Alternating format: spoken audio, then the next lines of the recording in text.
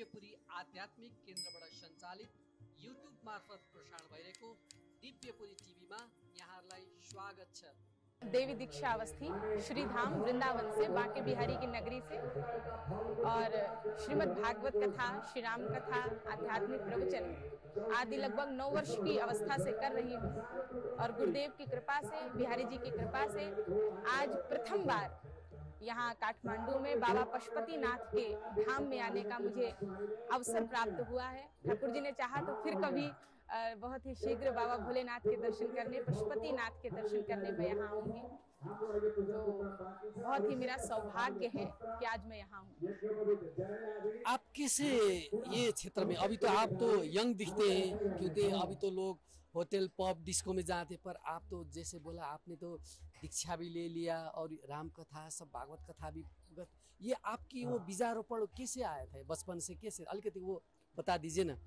देखिए, मुझे ऐसा लगता है कि एक जब आप कोई डॉक्टर, इंजीनियर या कोई किसी जॉब के लिए आप चुनते हैं अपने आप को, तो वो आपके द्वारा कोई एफर्ट डाला जाता है। लेकिन जब आप किसी स्पिरिचुअल लाइन में जाते हैं, किसी आध्यात्मिक लाइन में जाते हैं, तो वहां जाने के लिए आप उस चीज को चुनते नहीं हैं, बिहारी जी स्वयं आपको उस काम के लिए चुनते हैं। तो कथा करना, हरि नाम प्रचार करना और श्रीमद् भागवत कहना, राम कथा कहना, ये मैंने नहीं चुना, इसके लिए ठाकुर जी ने स्वयं मुझे चुना है। तो मैं ये कहती हूँ, मैं कथा नहीं कहती, कथा स्वयं मेरे अंदर विराजमान हो गई है। मुझे इतना प्रेम है अपने कार्य से। और रही बात कि यंग एज में, तो मुझे ऐसा लगता है कि भक्ति करने के लिए आप बुढ़ापे का इंतजार नहीं कर सकते। कल क्या होगा किसने देखा, बुढ़ापा वृद्धावस्था मेरे पास आएगी भी कि नहीं मुझे नहीं पता। तो बालक को जन्म से ही माता पिता को ऐसे संस्कार देने चाहिए, गुरु का ऐसा आशीर्वाद होना चाहिए कि आपको जन्म से ही ईश्वर के प्रति और उनके चरणों के प्रति आपकी तल्लीनता, आपका प्रेम निरंतर बढ़ता ही जाए। और जहाँ प्रेम हो गया वहाँ प्रेमावतार श्री ठाकुर जी तो विराजमान हो ही जाते हैं। तो ये सारी ईश्वर की कृपा ही है, सदगुरुदेव की कृपा है, जो आज मुझे इस उम्र में ही भगवान से इतना प्रेम है। और लोगों के बीच जाकर के राम राम कहना, कृष्ण कृष्ण कहना मुझे बड़ा अच्छा लगता है। वो ईश्वर के कृपा भी, इतने लोग हैं ये संसार में, इतने लोग हैं, पर सभी को तो नहीं मिलता है ना। ये कुछ लोग चुनते हैं, वही चुनते हैं, क्या है बता दीजिए ना। देखिए, मैं यहाँ पर ये बात अपने लिए नहीं कह रही हूँ। लोहा आपको कदम कदम पर मिल जाएगा, सोना भी आपको मिल जाएगा आसानी से, लेकिन जो हीरा होता है सबको नहीं मिलता। वो लगभग हर ज्वेलर्स की दुकान पे, बड़ा अगर कोई दुकान है तो उस पर हीरा होता है, लेकिन उसके लिए हर किसी के लिए ज्वेलरी जो है, ज्वेलर्स है, वो हीरा निकाल करके नहीं रखता। क्या करता है, जब वो जानता है कि इसका खरीदार आया है जो असली में इसका मूल्य दे सकता है, इसका प्राइस दे सकता है, वो हीरा उसी के लिए बहुत भीतर की तिजोरी से निकाला जाता है। तो ईश्वर अपनी भक्ति के लिए, अपने प्रचार के लिए किसी अपने ही कृपा पात्र को चुनते हैं, जिस पर उनकी परम अनुग्रह होता है, परम कृपा होती है। तो मुझको ऐसा लगता है कि ये मेरे ऊपर महती कृपा है बाबा पशुपतिनाथ की, कि मुझे इस कार्य के लिए ठाकुर जी ने चुना। और आपने तो दीक्षा भी ले लिया, किसे वो सदगुरु ने आपको पहचाना कि आप सदगुरु के पास चले गए, वो कैसा था वो घटना? आपने कैसे दीक्षा लिया? वो दीक्षा के क्षण आपके माता पिता भी वही संप्रदाय में थे कि क्या थे, हल्के वो बता दीजिए ना। देखिए, जब मैं बहुत छोटी थी, लगभग 3-4 वर्ष की अवस्था में, तो मुझे तो इतना कुछ उस समय नहीं ध्यान था। आरती करना, पूजा करना, संध्या करना, ये मुझे अच्छा लगता था। तो मेरे पिताजी का ये पूरा मुझ पे ऊपर ऐसी कृपा है कि वो मुझे बचपन से बताते थे कि मैं जब बेटा तुम बड़ी होगी, मैं तुम्हें दीक्षा दिलाऊंगा, तो मैं इनसे दिलाऊंगा, इससे ऐसा होता है। चूंकि पिताजी बहुत ही धार्मिक और सनातन धर्म के बहुत बड़े प्रेमी हैं, तो वो मुझे दिलाते थे। फिर जब धीरे धीरे मैं वृंदावन की ओर बढ़ी, अपने सदगुरुदेव परम पूज्य दीदी माँ जी से मिली, तो मेरा उनको देखकर यही भाव आया कि अब घर नहीं जाना, अब मुझे यहीं रहना है, वृंदावन नहीं छोड़ना। फिर मैंने अपने गुरुदेव दीदी माँ से कहा, मुझे आपके चरणों में रहना है, मुझे नहीं जाना। तो फिर उन्होंने मुझसे पूछा कितनी बहनें हैं, तो मैंने कहा मैं अकेली हूँ, मेरा भाई है छोटा। बोले नाना तू घर जा, माता पिता की सेवा कर और मुझसे दीक्षा ले। तो जैसे उन्होंने कहा मुझसे दीक्षा ले और घर जा, तो मैं समझ गई कि ये उनकी कृपा ही है, जो वो स्वयं मुझसे कह रहे हैं कि आप दीक्षा लो, मंत्र दीक्षा लो और माता पिता की सेवा करो। तो मेरे माता पिता में ही मुझे गुरुदेव भी मिल गए, क्योंकि गुरुदेव का ही आशीर्वाद था। कितने साल के थे आप वो समय? मैंने सन 2013 में दीक्षा ली और मैं 13 वर्ष की थी। 13 वर्ष, वो 13 वर्ष में आपको वो सब समझ आ गया? मुझे समझ आ गया, और ये उनकी कृपा ही है, हम लोग तो ना समझ हैं। लेकिन ये तो बड़ों का आशीर्वाद ही है जो उस समय मुझे ये आया कि मैं दीक्षा लूं। आपकी गुरुदेव के बारे में भी बता दीजिए ना। वो मेरे सदगुरुदेव हैं, सभी लोग उनसे परिचित हैं। राम मंदिर आंदोलन की जो मुख्य हैं, परम पूज्य प्रातः स्मरणीय सदगुरु दीदी माँ साध्वी ऋतंभरा जी, ये मेरी गुरु माँ है, मेरी दीदी माँ है, मेरे सदगुरुदेव हैं। और उन्हीं के चरणों के आश्रय से आज वृंदावन में रहने का अवसर प्राप्त हो रहा है, उनके चरणों की सेवा करने का अवसर प्राप्त हो रहा है और ठाकुर जी की कृपा मिल रही है। और ये आप जो राम कथा और विभिन्न आप भागवत कथा भी बोलते हैं ना, वो ये अभी लोग, ये युवा लोग को लिए बता दीजिए ना, ये राम कथा, ये भागवत कथा का महत्व क्या है। अभी तो लोग जाते हैं, वो वहाँ पर नाच गान करते, पर उसका गूढ़ रहस्य क्या है, ये भागवत ने क्या कहना है, ये राम कथा का गूढ़ रहस्य क्या है, ये बता दीजिए ना आप। देखिए, जो सांसें मिली हैं वो गिन करके मिली हैं। आप चाहे इसे सो करके गवा दो या हरि नाम लेकर के गवा दो।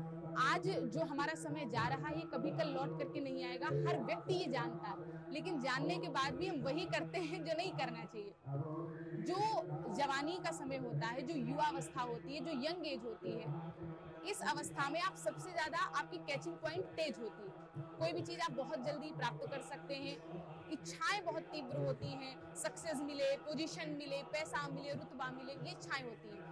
तो इनके साथ ही, इसका अर्थ ये नहीं है कि आप इन इच्छाओं को मार दें या इन्हें हटा दें, इसी के साथ ही हमें भगवान कैसे प्राप्त हो। शरीर के लिए तो बहुत चीजें कर रहे हैं, शरीर जिसने दिया है उसके लिए भी तो कुछ करना है। तो ये हमारा मूल सिद्धांत होना चाहिए कि धन भी हो, पद भी हो, प्रतिष्ठा भी हो, ऐश्वर्य भी हो, लेकिन ऐश्वर्य के साथ साथ ईश्वर भी तो हो। जब तक आपने माटी का पुतला बना करके खड़ा कर दिया, कोई प्राण फूंकने वाला भी तो हो, ताकि वो एक लिविंग हो जाए, वो जी सके। तो ये सारे जो संसार की वस्तुएं बनी हैं, थिंग्स बनी हैं, जो नश्वर है, नष्ट होंगी, लेकिन वो अविनाशी जो नष्ट नहीं हो सकता, उसके लिए हमें कुछ करना है। ये सब तो मिल जाएगा इस जन्म में, नहीं तो अगले जन्म में, लेकिन ये जो मानव काया मिली है, बड़े भाग्य मानुष तनु पावा, तो इस काया को हरि नाम में हम लगा पाए। और ये हमारे जीवन का मूल उद्देश्य होना चाहिए कि पहले ईश्वर और फिर ऐश्वर्य, सबसे बड़ी चीज। और ईश्वर मिलेंगे कैसे, जब तक आप मनोमंथन नहीं करेंगे। समुद्र मंथन हुआ था तो 14 रत्न निकले थे, उसी प्रकार मनोरंजन तो कदम कदम पर मिलता है, लेकिन मनोमंथन सदगुरु के चरणों में मिलेगा, मंदिर में मिलेगा।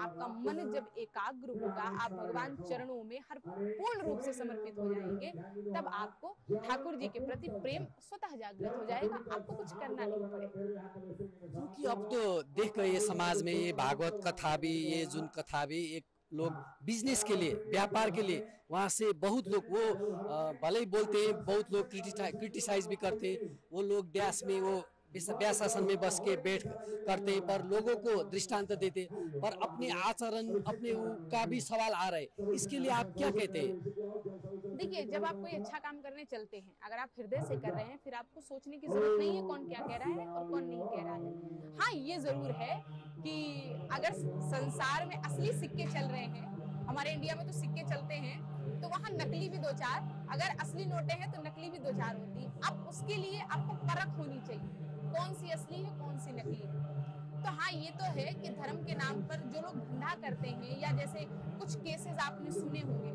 तो उस दो चार की वजह से, एक मछली की वजह से पूरा तालाब गंदा हो जाता है। तो ऐसा ना हो। अगर राम नाम गा करके, हरि नाम गा करके या कथा करके आपका परिवार चल रहा है, तो हम इसे धंधा नहीं कह सकते। हम यही कहेंगे कि ठाकुर जी सबका ऐसे ही परिवार चले, कोई चोरी, चालाकी, मक्कारी, ये कोई किसी का अत्याचार, अपराध ये ना हो। राम नाम गा करके परिवार चल जाए, भरण पोषण हो जाए, तो इससे अच्छा और क्या ही हो सकता है। धर्म के नाम पर धंधा ना ही हो, क्योंकि धर्म तो स्वयं राम ही है। रामो विग्रहवान धर्म, धर्म का साक्षात स्वरूप है भगवान राम। तो जो हमारे राम ने किया, रामचरितमानस पढ़ते चलिए, और उसी प्रकार, यद्यपि वो राम थे, हम तो नहीं बन सकते, पर प्रयास कर सकते हैं। तो धर्म के साथ कोई छल कपट नहीं होना चाहिए, क्योंकि आप धर्म के साथ अगर गलत करेंगे तो फिर हमारे साथ तो धर्मो रक्षति रक्षता, हमारे साथ कैसे अच्छा हो सकता है।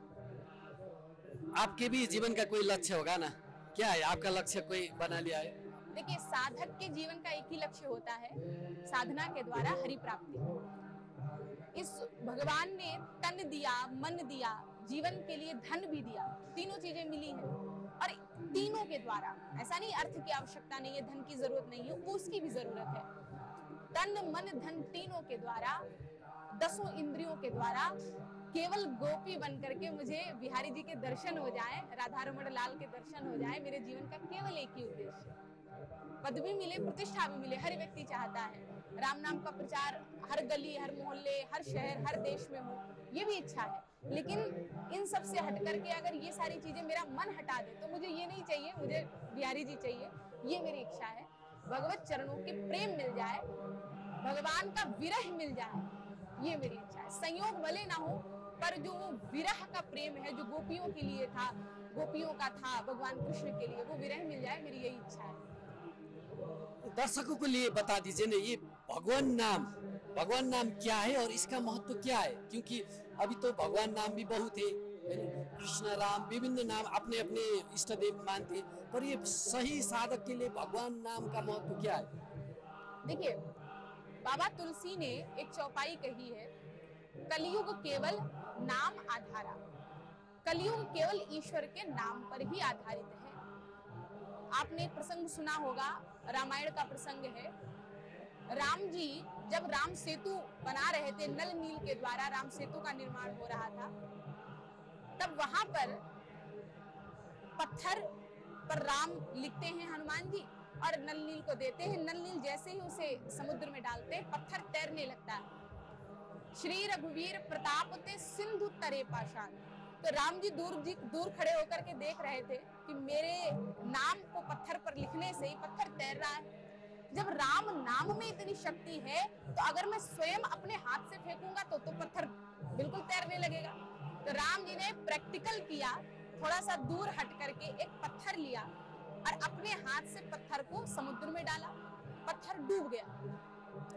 अब राम जी ने सोचा कि ये पत्थर तो डूब गया, ऐसा ना हो किसी ने देख लिया हो तो लोगों के मन में शंका आ जाए कि रावण से कैसे लड़ेंगे। राम जी जैसे पीछे मुड़े तो उन्होंने देखा हनुमान जी खड़े। हनुमान जी ने देखा, मुस्कुराए, जय हो प्रभु। राम जी ने कहा किसी से कहना मत कि पत्थर डूब गया है। हनुमान ने कहा नहीं, मैं तो कहूंगा, चिल्लाते हुए कहूंगा, दोनों हाथ उठा करके कहूंगा। राम जी कहने लगे नाना रुक जा, मैं तुझसे कह रहा हूँ किसी से मत कहना, सबका जो उत्साह है वो कम हो जाएगा। लेकिन हनुमान नहीं माने और दोनों हाथ उठा करके हनुमान जी कह रहे हैं, अरे सुनो सुनो, राम से बड़ा राम का नाम। अगर कभी राम ना मिले लेकिन राम नाम मिल जाए तो डरना नहीं, क्योंकि राम जी से बड़ा राम का नाम है। तो इस कलयुग में तो नाम की महिमा है। श्रीमद् भागवत का जो अंतिम श्लोक है, विश्राम श्लोक है, उसमें कहा गया नाम संकीर्तनम यस्य सर्व पाप प्रणाशनम प्रणामो दुख समनस तम नमामि हरम। तो नाम के आधार पर ही सृष्टि टिकी है। नाम हमारा, नाम आपका यही रहना है, बाकी शरीर का तो क्या ही कहना। तो नाम जपते रहिए, नाम जपने में बिल्कुल कंजूसी ना हो।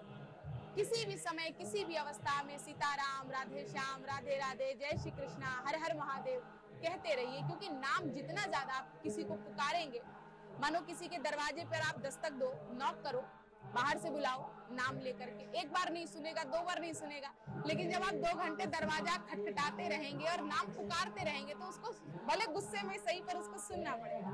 इसलिए नाम की बहुत महिमा है। अब हम तो ये भौतिक शरीर में आए हैं, आध्यात्मिक साधना करते हैं, आध्यात्मिक कहते हैं, सुनते हैं, साधना करते हैं। आपके जीवन में भी प्रतिकूल अवस्था आएंगे ना, अनुकूल अवस्था तो हर पल नहीं आएगा। प्रतिकूल अवस्था में क्या करेंगे आप? देखिए, एक पंक्ति प्रतिकूल अवस्था के लिए, या ये कहें जो हमारे मन मुताबिक ना हो, उस अवस्था के लिए एक पंक्ति व्यक्ति को अपने जीवन में धारण करनी चाहिए कि सब राम जी के भरोसे छोड़। कभी कभी इस जीवन में लोगों से मैं मिलती हूँ, लोग मुझसे कहते हैं मैं बहुत परेशान हूँ। कोई कहता मैं डिप्रेशन में चला गया, कोई कह रहा शादी नहीं हो रही, कोई कह रहा नौकरी नहीं लग रही। देखिए, डिप्रेशन या निगेटिव वाइब्स आना, इसका मुख्य कारण यही होता है आपकी इच्छा के विपरीत जब काम हो। लेकिन अगर हमारी इच्छा के विपरीत है, इसका मतलब भगवान की इच्छा के अनुकूल है। जो हम सोचते हैं वो ना हो और जो भगवान सोचते हैं वो हो। डॉक्टर के पास जाओ और डॉक्टर से कहो, आपको अगर फीवर है और आप कहो मेरा ऑपरेशन कर दो, तो डॉक्टर क्या कहेगा? 2 गोली देंगे, ठीक हो जाएगा। तो डॉक्टर के पास जाकर के आप ये मत बताओ कि हमारा करना क्या है, दवाई कौन सी दें, आप केवल मर्ज बता दो। नहीं भी बताओगे तो वो आपकी पल्स देख करके जान जाता है। तो उसी प्रकार सब राम भरोसे छोड़ दो। अगर कभी जीवन में बुरा भी हो रहा है, मन मुताबिक नहीं हो रहा, चीजें प्रतिकूल हो रही हैं, आपके हिसाब से नहीं हो रही, तो ये मान के चलो कि ईश्वर जो कर रहा है वो आपके लिए अच्छा ही होगा। और आप जितना अपने लिए अच्छा सोचते हैं, भगवान उससे ज्यादा आपके लिए अच्छा सोचते हैं, क्योंकि वो हमारे पिता हैं, हम अंशी हैं, वो अंश हैं।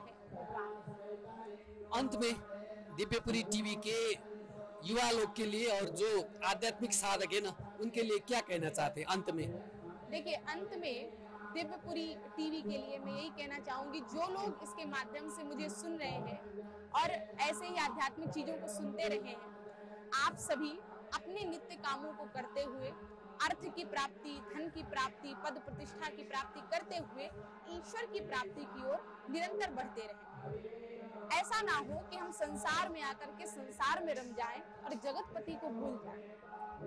भगवान की प्राप्ति हो, ये हमारा मुख्य उद्देश्य हो, और सांसारिक चीजों का हम भोग तभी कर पाएंगे जब जगतपति के चरणों में हमारी निष्ठा हो।